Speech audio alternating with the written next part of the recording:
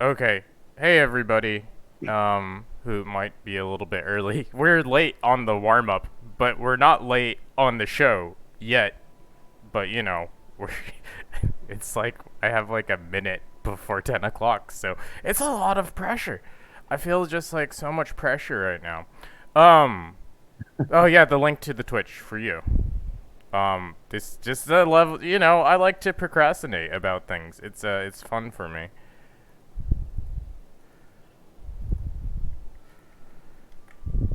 Here you go, You like to sir. live dangerously. Oh, well, it's more Thank like the apathy induces the procrastination, not really the love of the things that happen because of procrastination. Um, can you double check just to make sure that it's working? I guess I can do that as well. Yeah, it's loading up.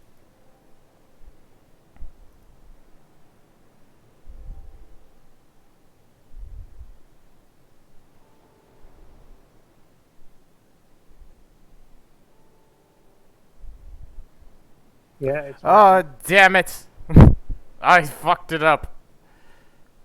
Wait, is it streaming to DWACAAM? Uh, Oh, I fucked everything up. Oh no.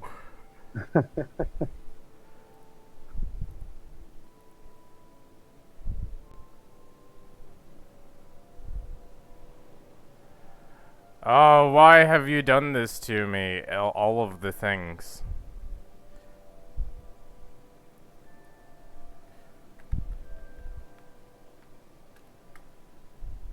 Everything's going to be fine. Okay, it looks like I need to be able to get to the chat though. Um, sorry guys. Sorry that I'm late about this. I screwed it up. This is on me. Um, and I'll just have to live with this for the rest of my life. Somehow.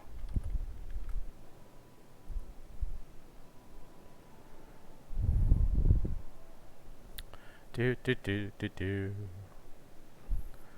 All right. I think what I did was I confused myself by logging into my other Twitch account instead of the show's account, which is I'm just like, what is all this shit? Like, why are you giving me shit right now? Twitch, I need this to work. And it's because I restarted my computer, so I think it cleared the something.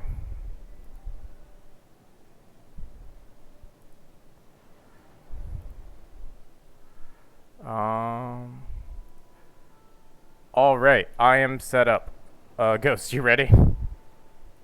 ready. Okay, so we're starting a minute late, but everything's going to be fine. Everybody, just don't nobody freak out. Um. So, this is episode 8 of DWACAAM. So it is 10:02 in California where I live, and it is also 10:02 where my special guest star Ghost lives, which is Washington.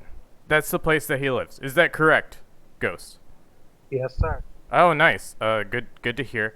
Um, the first thing that I'm going to do in Dark Souls, which I was going to tell you in the warm up instead of right now, is I am going to go fight a boss, and hopefully I don't die while fighting the boss, because I'm going to have to kind of divide my attention a bit more than I do normally. So if you could just kind of, I would like to know, where are you originally from, Ghost? I'm from Kenya Whoa, in Africa. that East coast isn't. of Africa. What's that? East coast of Africa. Oh, nice. Well, that's wow, that's Africa. Could you kind of tell us all about how you what oh, sorry, I'll just introduce the talking point as I normally do. So our first talking point is the journey of Ghost, where he came from and how he got to where he is now. Also, we'll be ruminating on how the American immigration process is shit, because it is shit. Um, Ghost, please take it away. You were originally in Kenya, and then what happened? So my mom went to college, right around about the time I was, 9, 10. So when she graduated, and she got a scholarship to University of Baltimore in Maryland, and so she decided to take us with her, and yeah, that's how it started. So Baltimore, you said? Yeah, So the University of Baltimore, which I have never considered as a thing before. Um, nice. I think it's specifically graduate school, What did she study? business administration. Okay. So please tell us, Ghost. Please tell us about the things, because I'm gonna start fighting the boss pretty soon, and then I won't be able to register what you're saying. Give me something to focus on. Oh, just the thing we went over as far as please tell us. So you went from Kenya to Maryland, and so you're in Maryland for how long? And then where'd you go after that? And how long were you there? And then where'd you go after that? And so forth until you get to Washington. Okay, let's see. So came to Maryland. I was about 13 years old, right about to turn 14. I was just getting into high school, so it's that that adolescence phase where you're starting to socialize more. Your peers become something something much more meaningful. You know what I mean? Right. As in, yeah, trying to develop your social identity, trying to become part of a group, which makes it very strange because I came from a place where race wasn't a thing. Everybody pretty much looked like me. Well, almost everybody, because Kenya is like 90, maybe 95% black. Right. So I don't mean to interrupt your flow, but could we get into that later? And could you just pretty much say where you went? Is kind of how I was envisioning this going. I'm sorry. All good. So yeah, I was in Maryland for about 7 years, I think. Went through high school, started off in college, but then it wasn't going well. A lot of things were happening at the time, so kind of took a break. And then at about the same time, I was turning 21, and that's when my visa status was running out. Because up until then, my status dependent was dependent on my mom's status. Right. But when I turned 21, that ran out, so I was about to be out of status. I had to go back to Kenya. So went back to Kenya, got into college over there, spent about 5 years there, and then yeah, that was finished. I came back, but I went to Puerto Rico. Spent about 2 years in Puerto Rico, maybe two and a half. Came back to Maryland in 2017. Spent about okay, yeah, so I was in Maryland between towards the end of 2017 up until January of last year, which is when I finally came to Washington.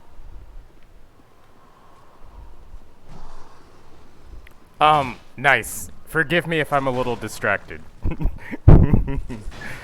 Oh, good. Just do your thing. This'll.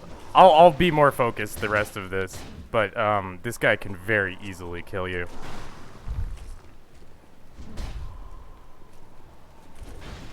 Yeah, you don't want to die on the street. Yeah, I don't want to die. Everyone would lose respect for me. Damn it! Fuck! Oh no! Oh no! Mm.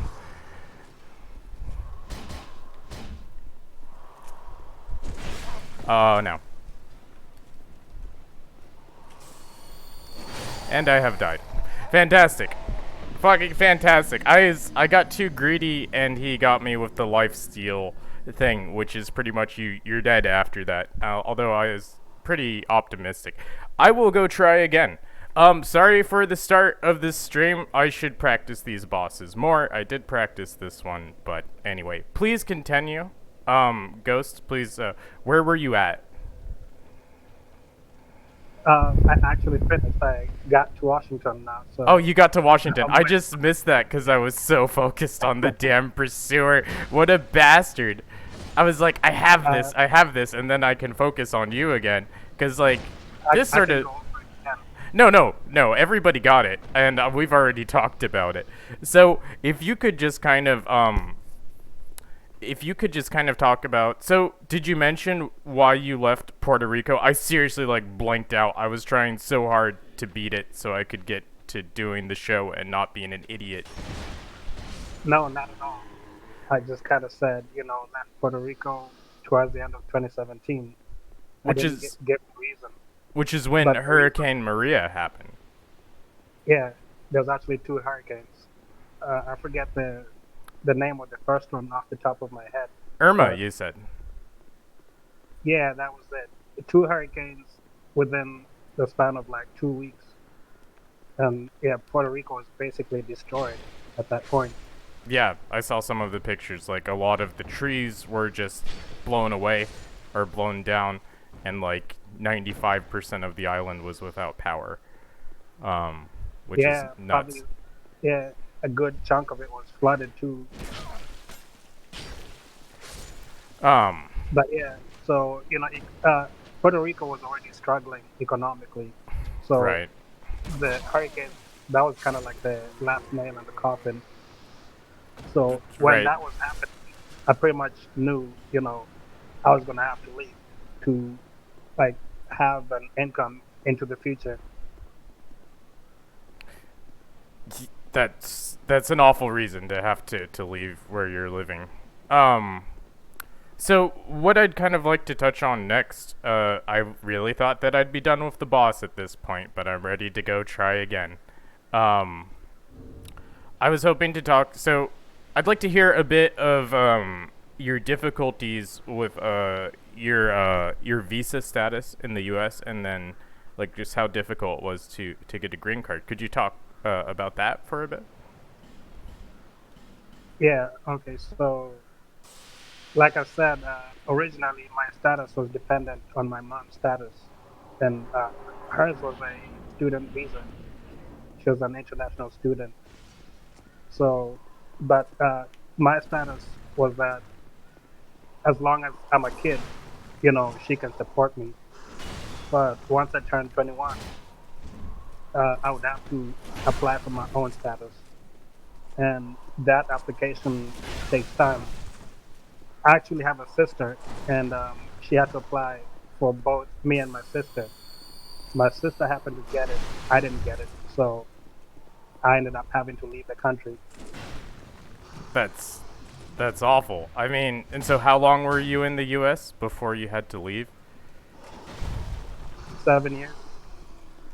That's just a huge amount of time. Um, Yeah, like by the end of that 7 years, pretty much I was defined by my experience here. That's like a crucial phase, in a kid's development, the teenage phase. right. So to me, at that point, it was like I was basically leaving home and going to some strange place. Right. So, what about the visa and the green card though? So, how about later? Like later on, you told me you had difficulties with it later on. Yeah, so in order to come back, I reapplied. I applied for the green card, and when I got that, I got the temporary visa, which they give you 2 years on it, and then after the 2 years, you have to reapply. I see. So yeah, before I could, Puerto Rico is basically U.S. territory. So before I went there, I had to get the visa. All right, everybody, I'm giving up on the boss because I need to focus on what Ghost is saying. and I'm just shit at this video game. I'm sorry, everybody, but I've been doing you a disservice by not talking to Ghost and focusing on this. I thought I'd be done in like 5 minutes. Anyway, so Ghost, what you just said, what time frame was that? Let's see. It's been a while. I gotta kind of think, see what year I left the U.S. I think it was 2009. Right, because of the expired visa, which was because it was did your mother's visa expired, and so then yours did as well. No, my mom actually upgraded hers. She went from a student to being employed. And yeah, Ah, she got a job with a big company, and they applied for her status. So she was able to get I just a different visa that allowed her to work. I think it's ridiculous that the U.S. government would be like, you have to leave, even though you've lived here since you were 12. Um, I don't know how that's ethical to essentially send, because you're like how old at the time in 2009? I just turned 21, You're I think. essentially a kid Oh, actually, at no, I was 20. I was 20. 21 was coming up, so I Even had at to leave before 21, it expired. even at 21, you're essentially a kid. And I think that Yeah, it's ridiculous that the U.S. government is like, okay, now get out of here, like I just our citizens would never be treated like that, and I don't think that's a good way to treat people. So when you came back to the U.S. For after Puerto Rico, you were in Maryland for a little bit, right? Um, yeah. and so you got another visa. No, it was the same green card, but first it was temporary, and then after 2 years, I had to reapply for it to get the permanent status. Right. Um, So now the funny thing about that is, since I was in Puerto Rico, that was the place I was supposed to file for them to remove the temporary conditions on it. right. And when they set my interview, it happened to be this exact week when the first hurricane hit. So the hurricane happens, all the offices get shut down for weeks, so they had to postpone it. But they managed to get me a date 2 weeks later. But guess what happened 2 weeks later? The What? second hurricane hit. Oh, right. The big one. Yeah, yeah. Um, So and then it got postponed indefinitely. oh man. So, are you comfortable talking about your status right now, or like what you're going through right now? Yeah. Well, eventually, since it took so long, it went like a year and a half. I had no status. I couldn't work. I had to get an immigrations lawyer to kind of look into it, and he sped things up. Right. Sent some documents to immigrations, and within 4 months, I got a response. They sent me the permanent green card. That's that just seems like such a lot to go through for something that you shouldn't be needing to reapply every so often. Um, I guess then like immigration would be difficult to control, but that's what they're trying to do. They're like, "Oh, you need to be a productive citizen." But there's no sort of expectation for US citizens to be productive citizens, so why treat other people differently? Um, Yeah, part of it is because there's a lot of people applying every year, right. and since I guess it's too much for them to deal with, they kind of make you have to jump through these hoops, and that filters out a lot of people, so it makes their job a lot easier. Um, So anyway, I really hope that you can get your citizenship soon, and I hope that then you don't have to deal with this shit anymore. 'Cause thanks America.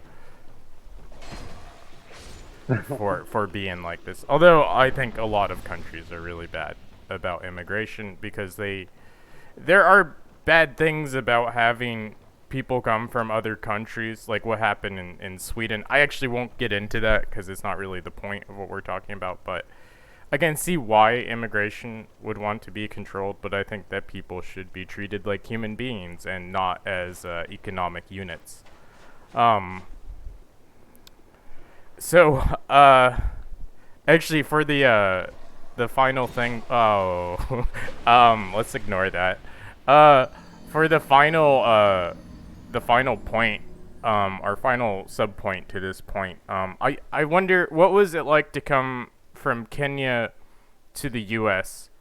and like what was the not so much the culture shock because we'll talk about that later, but like as far as like how much nicer the infrastructure was, like what was that like going from Kenya, which does not have very much infrastructure at all, to the U.S., which has a lot of infrastructure. Some of it's not great, but um, what'd you think? Yeah, it was amazing to be honest, because it's radically different where I came from. In Kenya, it's like first of all, like 50% of the population lives in poverty, and the other 50% are basically fighting each other over whatever resources we have. So, like, systems don't really work. You gotta have money to get anywhere. Like, basically, the solution to any problem is just throwing money at it. That So, is yeah, that's it was kind of how it works here too. Um, kind of, but not really. Like, here you have the infrastructure, like you that's mentioned. true. We have like a lot of like food stamps and things like safety nets. We have a lot of safety nets here in the U.S. You have taxpayers funding all kinds of things, like roads, schools, all Okay, of that. I get what you're saying. Um, that really, if you wanted a school to be better, like and it was not great, it's not something that would really be fixed unless you just like went and paid for it or got people together to pay for fixing it. Is that kind of what you mean?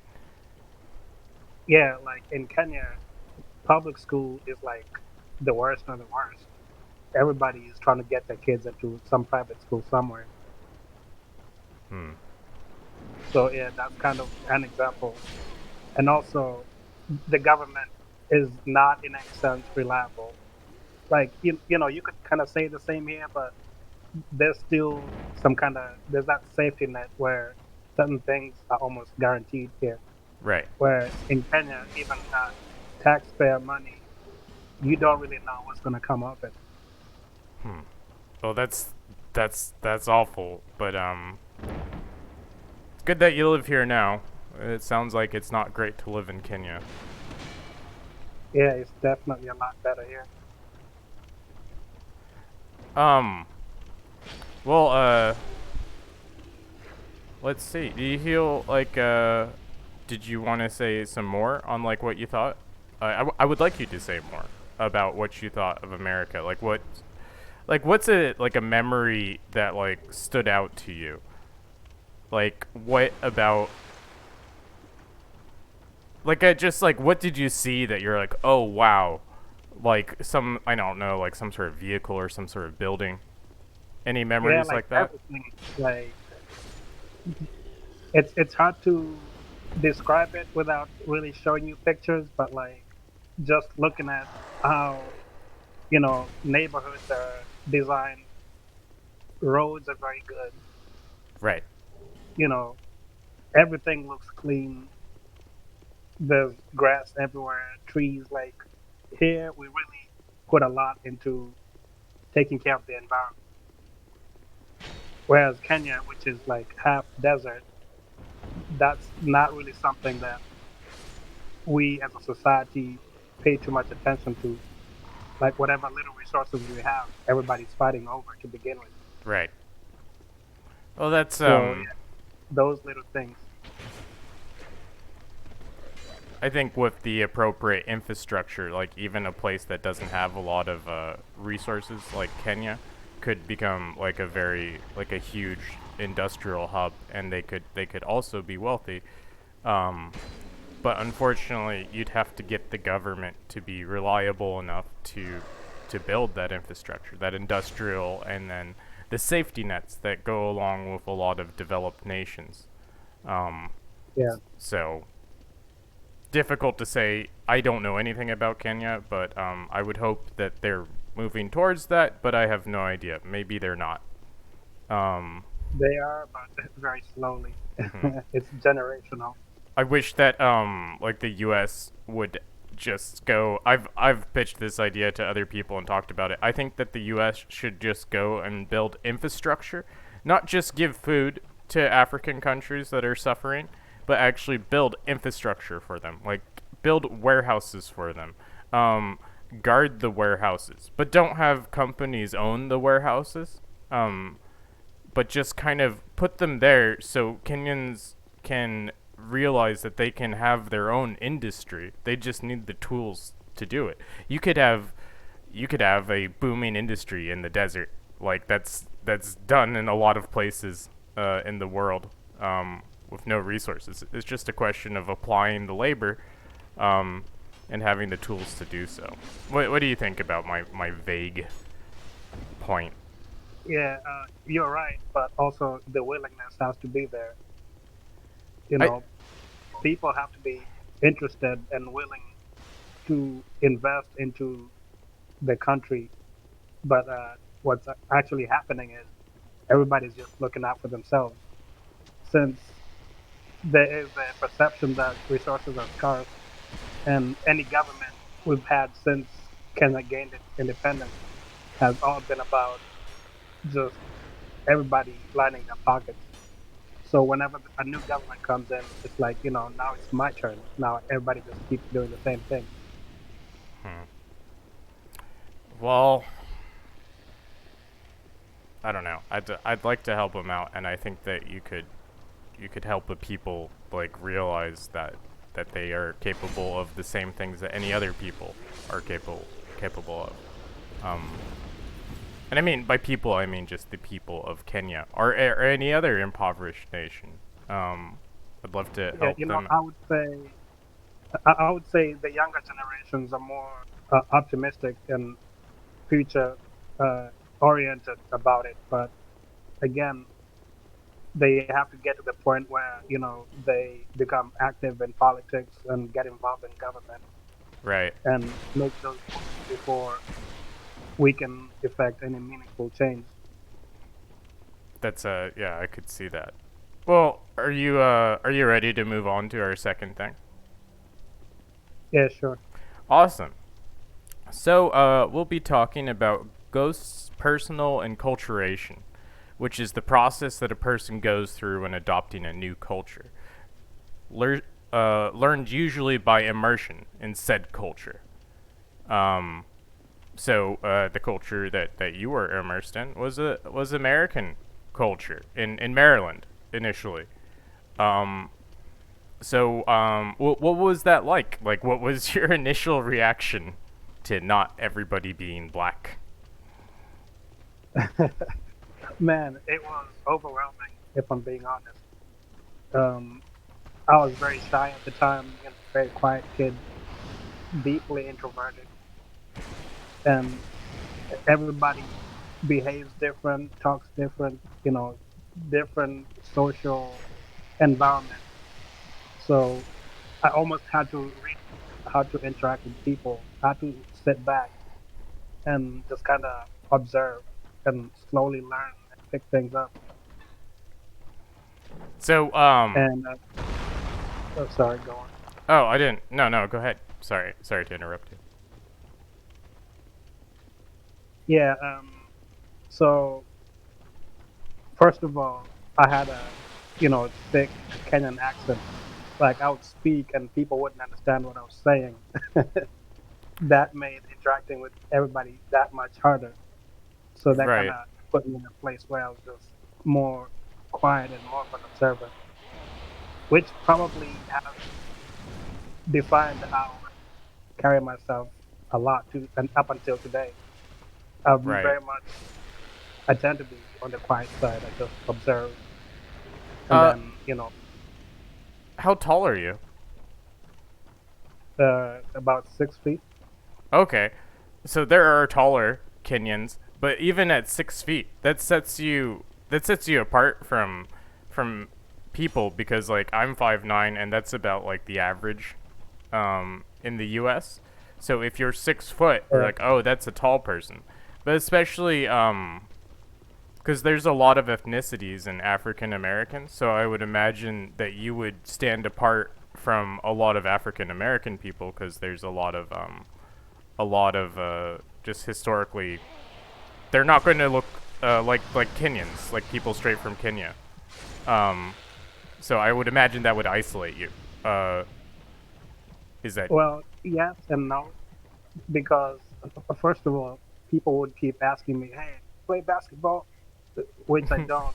But that kind of started a conversation about getting into sports, and so I started trying out sports, and that kind of made everything a lot easier because then started making friends, having a good time, and finding out that I'm actually good at sports, and that just became a thing I could focus on. sure? That seems like a good way to like. I hate cliches, but break the ice. I hate myself. Um, I hate using But cliches so yeah, much. that's one level of it. But at the same time, there was still this sense of isolation because I had this feeling of just being very different from everyone, just having a very different experience. That you know, you being there and interacting with everybody and being part of a group, it's kind of taken for granted that you just belong there. But without really seeing, where I'm coming from, there's a level at which I couldn't really connect with people. So that kind of just put me in this. There was a sense of isolation to it. So I'd be there at school, hanging out, go play sports, but not really having any interactions that I would consider meaningful Hmm. in a deep sense. Does that make sense? Yeah. I think part of the issue for you was probably that you're more intelligent than most people are, and being more intelligent already kind of makes it more difficult to fit in my experience. Um, Yeah, for sure. so Yeah. So as I got older, the need to connect with people became greater, but I was struggling in that aspect. So then I started to experience depression, which had the effect of isolating me more. yeah, that'll do it. Like people can tell if you're not smiling, and people don't like that. Yeah. They're bastards. Um, And then the other thing is that, there was this, like, race was a concept that was still new to me. And I think that's part of why it was so difficult. Because up until I came here, like, basically for me, the concept of race was never a thing. I never really thought anything about my skin color or that the way I looked had any kind of meaning. right, because that's how people were. Yeah. So then coming here, that's like a thing I had to discover, and then I had to figure out my way around. I had to understand that this country has a unique history in that regard. Right. I had to learn the history, which I was actually very ignorant about. Like, one of my English teachers once asked me, "Hey, do you know about affirmative action?" And I was like, no, what's that about?" And he was shocked. He was like, "How do you not know about this?" And that's kind of how it started. He basically put me on task. He's like, "Okay, now you got to look into African American history in this country." Right. Because And it yeah, so wouldn't, now, like, people here just kind of learn about that. Um, but it would make sense that if no one told you about it, you wouldn't realize like how just the systems of kind of racism are like they're a bit institutionalized here in the U.S. We're definitely moving very far away from it, but there's still that history there. Um, yeah. Um, So yeah, like being a kid in that position, that just made things that much harder because now I'd go out there and I'd have to have, like, I always had this thought in the back of my mind that, I have to carry myself a certain way. I have to present myself a certain way because I'm now aware of these ideas about race. Like there's prejudices that people have against you because of your skin color. And right. that's not just, towards blacks, but also towards whites or Asians or Hispanics, pretty much Yes. anybody. Yes, everybody can be racist. It's not Yeah. exclusive to race. Um um so just so you're talking about how you kind of did sports and all that. Um so can you tell me like how in your adult life like this eventually just kind of like it just kind of like you said it became lessened, right? To like to the point now you almost feel like you fit in. Well, I Yeah. mean, other than people being fucking idiots. Yeah. Since I was I isolated myself quite a bit around the time I was, 17, turning 18. That's the time when I was really like beginning to understand myself, realizing, uh, you know, I was interested in reading and writing and doing sports. So I was just very focused on developing myself in those dimensions. Right. So I would just spend a lot of time by myself, just working on my own thing. And while doing that, I just kind of somehow began to integrate. Nice. Well, that's good. Um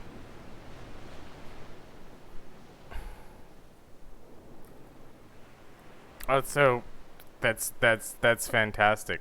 Um that you feel that you're more a part of things now, cuz I think that part of like being a part of things is being convinced that you are a part of things. Um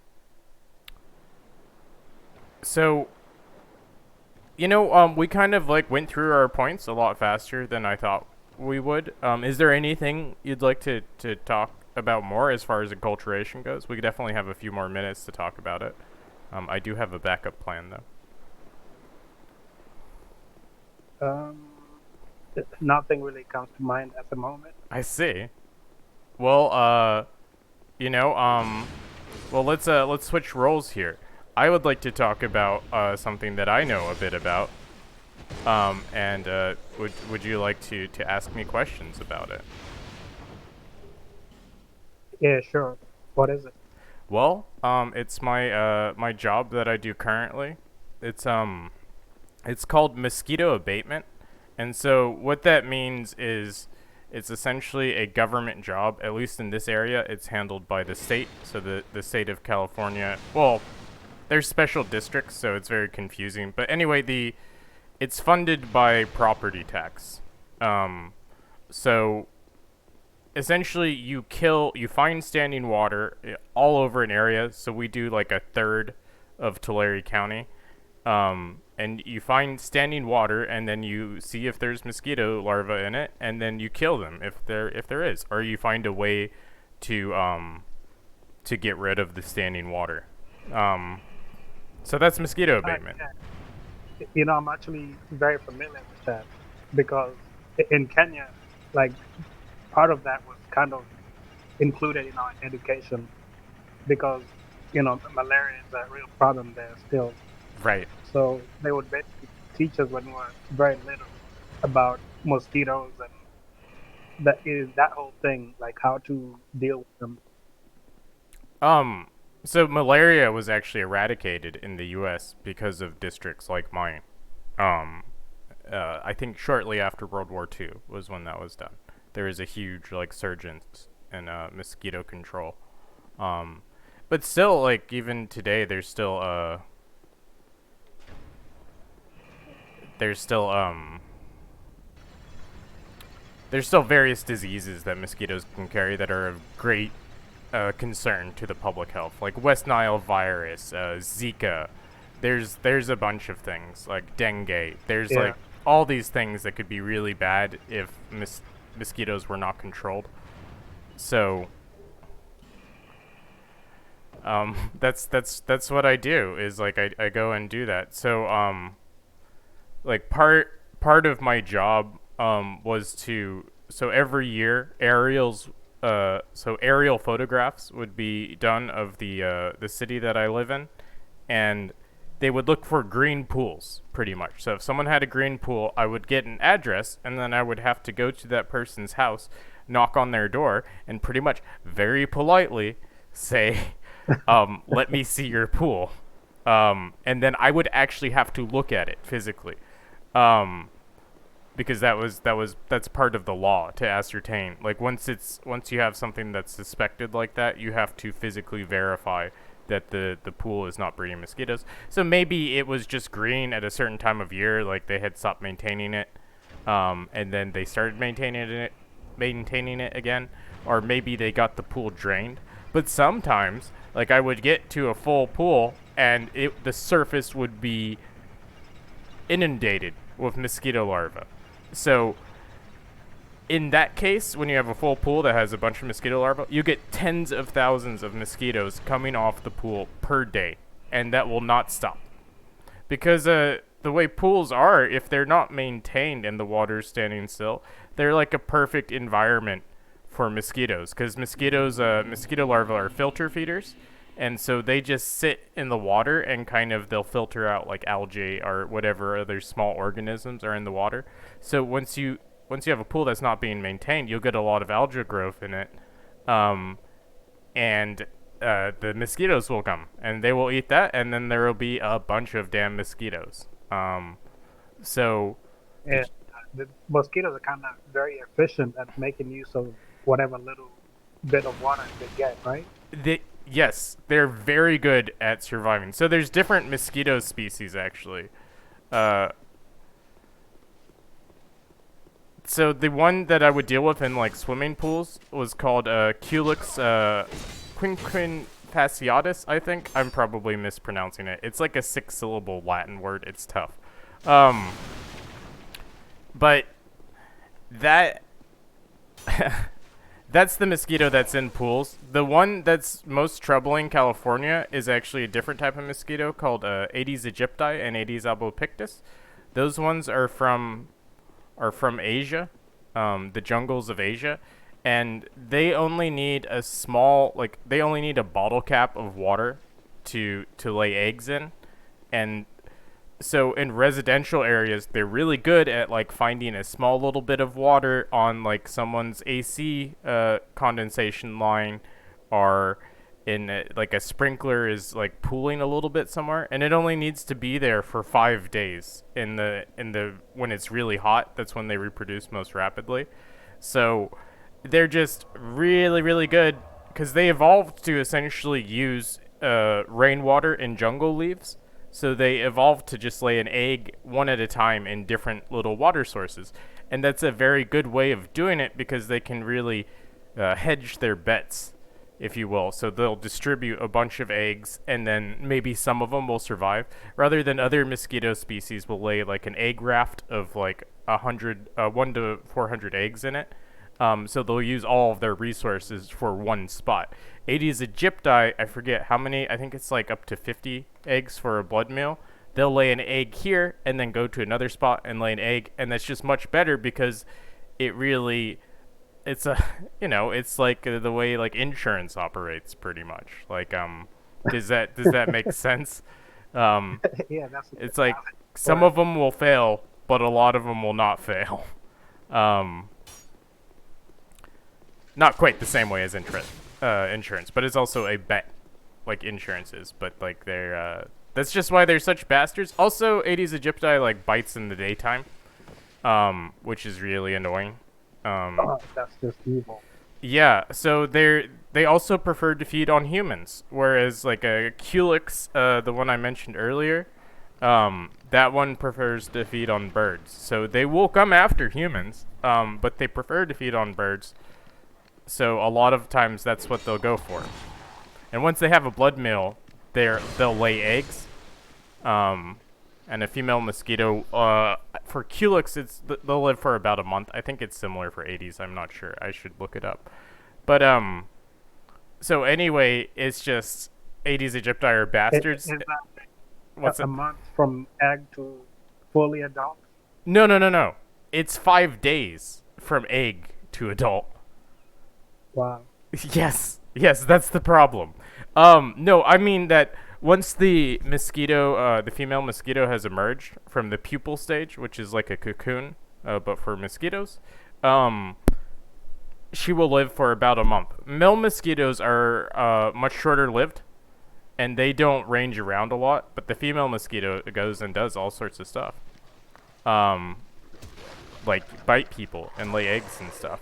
Male mosquitoes pretty much just mate and die off. I think a lot of insect species are like that.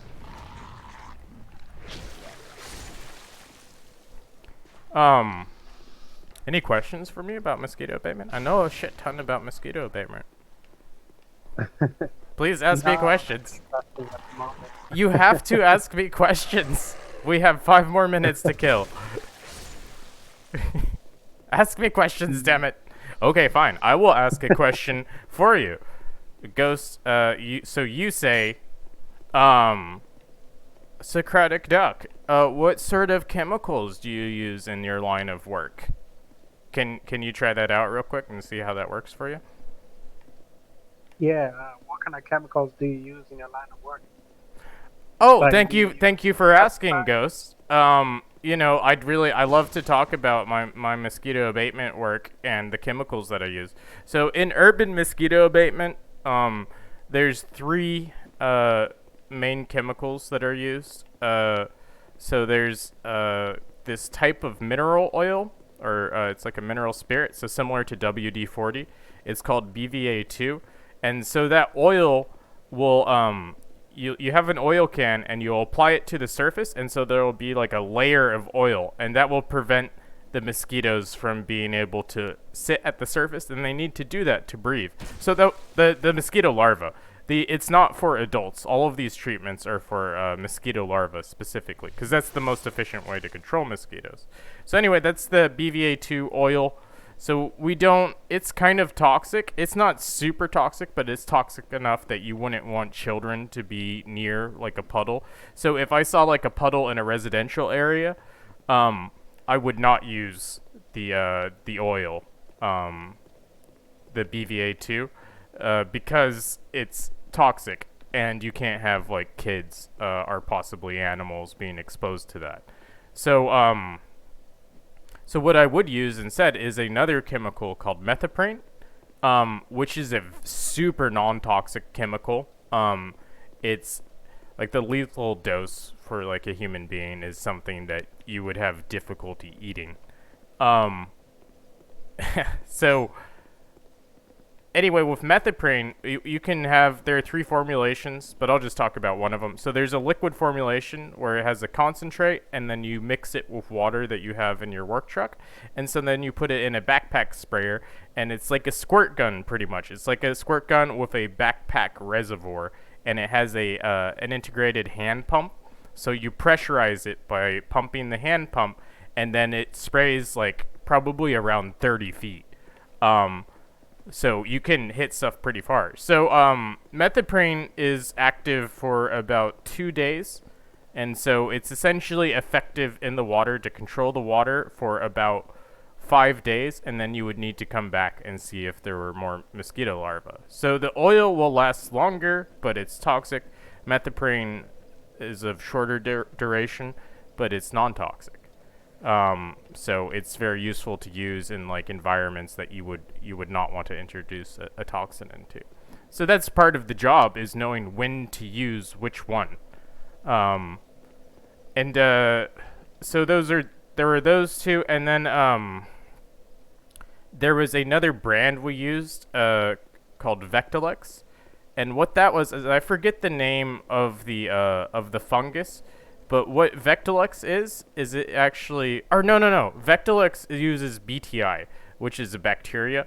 So Vectalex uses this bacteria. I forget the species name, but it's called BTI, and what that bacteria does is it's in spore form in the little Vectalex packet, meaning that it can survive for years in that state without any sort of water. And as soon as it hits water, it becomes active, and the BTI will actually infect mosquitoes, and it will cause crystals to form in their innards, which will kill them. Oh Um, wow, cool. yeah, but it's like it's pretty much it's non-toxic to fish or birds or pretty much anything. I think there's a few bug species that it affects, but it's a really cool way to use bacteria to control mosquitoes, because the thing about BTI is it has a much longer duration than, say, something like methoprene. Um, and also, like with something like methoprene, you wouldn't want to keep using the same chemical over and over again, because mosquitoes will get this thing called resistance, which is eventually mosquitoes will become. There will be certain mosquitoes that survive the methoprene exposure.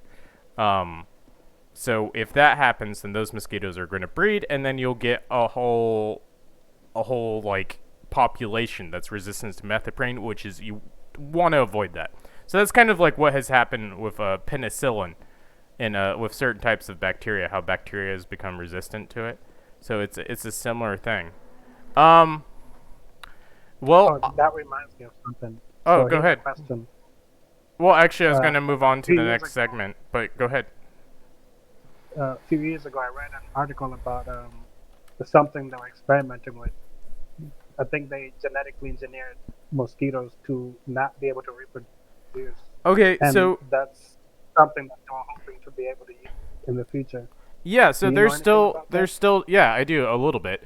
So what that is they sterilize mosquitoes, male mosquitoes, I believe, with radiation, in a laboratory setting, and then they take these male mosquitoes and they release them in mass to to the mosquito population. And the goal is that they will mate with a female mosquito, and I forget if it actually contaminates her or if she just goes ahead and lays eggs, like thinking that she's been Yeah, I fertilized. think it But was. I think it might be that she lays the eggs, and they're just not fertilized. But like the female Yeah, mosquito goes through the biological changes to go through the egg laying process, and it's just nothing happens. So that's the goal of doing that, of releasing sterile male mosquitoes. And like the misconception people have is like, oh, you're releasing more mosquitoes into the environment. Like, how is that going to help us? Male mosquitoes don't bite. Male mosquitoes don't bite at all. They feed on a little bit of plant nectar, and then they die like within a couple days. They are not long lived, and they do not bite humans or anything else for that matter. They don't have the equipment for it. They don't have the same proboscis as a female mosquito does. So Ghost, we're just about done with the show for today. But on the last portion, I forgot to mention this at the beginning. But for I like to give people a heads up so they're not just like, oh, now we're gonna do this thing. So I would like to talk anyone in the chat. Um, if you would like to ask either Ghost or me a question, or if you would like us to talk about a particular topic, please let us know. Like yeah, I'm ready. I'm ready. Ask me a question. Give me a topic. Do it. Chat. Is anybody there? Oh man, I wonder if like all the people got bored like at the very beginning of our talk, cuz I was trying to fight the boss and failing, and they're like, "Ah, this guy doesn't even know how to play Dark Souls." Um or maybe maybe it just wasn't what they expected. Because I felt like I talked to a few people last night that I thought were going to watch, but maybe the show isn't what they wanted. Because I don't see anyone in the chat, and I'm afraid to look at the viewers because I think it will depress me. Um, let's see. Well, let's Ghost. Do you want to come up with like just a fun little light topic we can talk about for exactly 7 minutes and then disperse? How about games? Games? That is too Since we're vague. playing one Which right now. which game? Too vague? It's way too vague. Uh, I have no idea.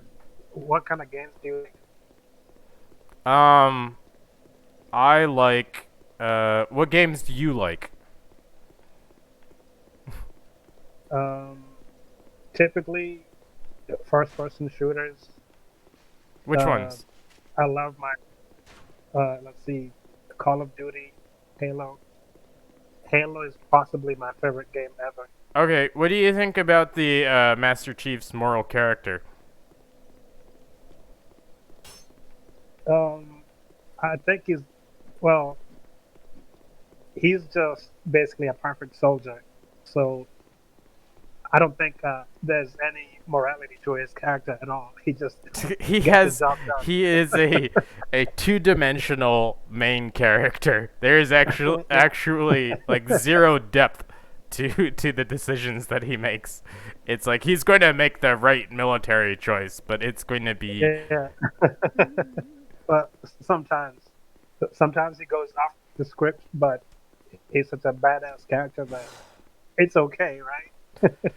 yeah. I mean, he is quite popular. Could And you do you know the Halo theme song? yeah, well, what do you want me to hum it or something? Yes. I'm not gonna do that. Yes, I do.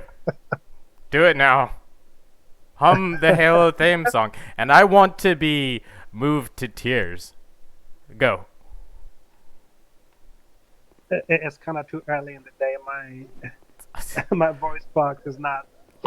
You disappoint me. I'll do it then, but I'm not gonna hum it. I'm gonna do the guitar part.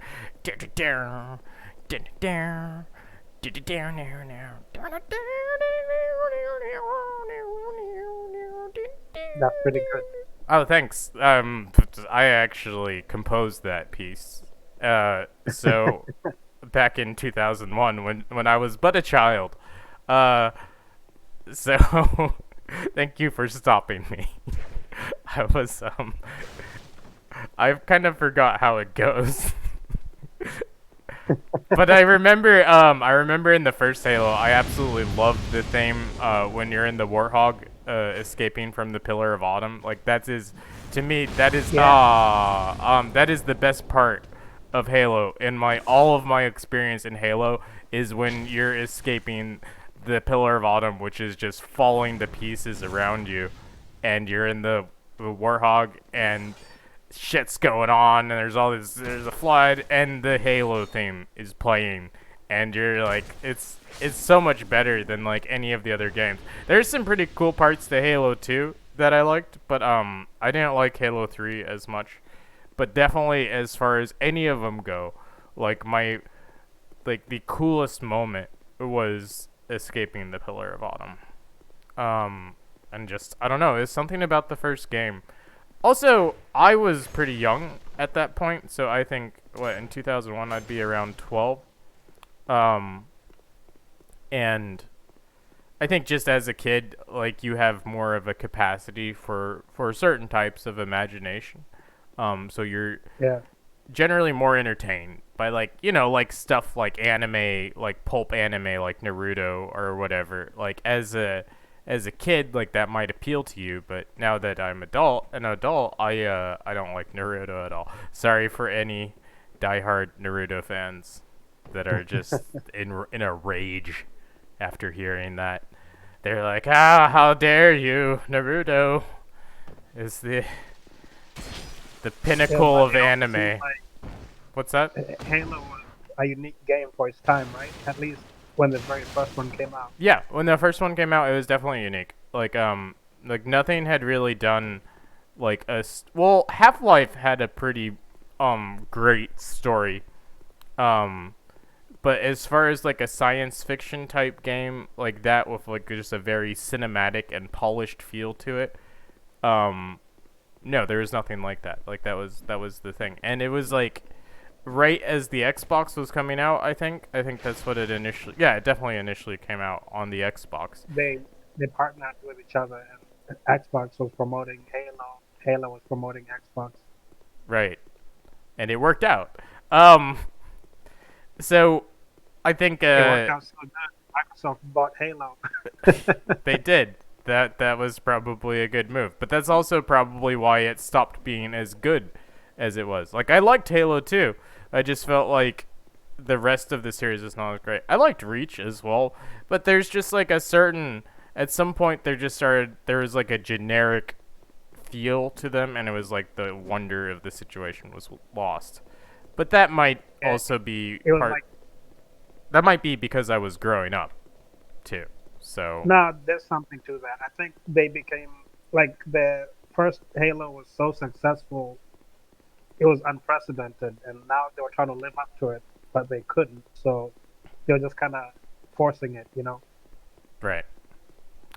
Well, it's what a pity. But anyway, that's 1 hour exactly. So more like 58 minutes because I started 2 minutes late, which is not fantastic. But whatever. I'll deal with that. So anyway, thanks for being on the show, Ghost. Thanks for talking to me about your experiences coming from Kenya and all that. Um, oh, anything you want to promote? I forgot to ask you, but just off the top of your head, is there anything you'd like to promote?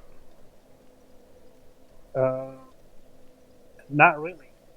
World Peace, maybe. One Piece the anime. Everybody go out there and watch One Piece the anime, Oh no, everybody. I said World Peace. Oh, World Peace.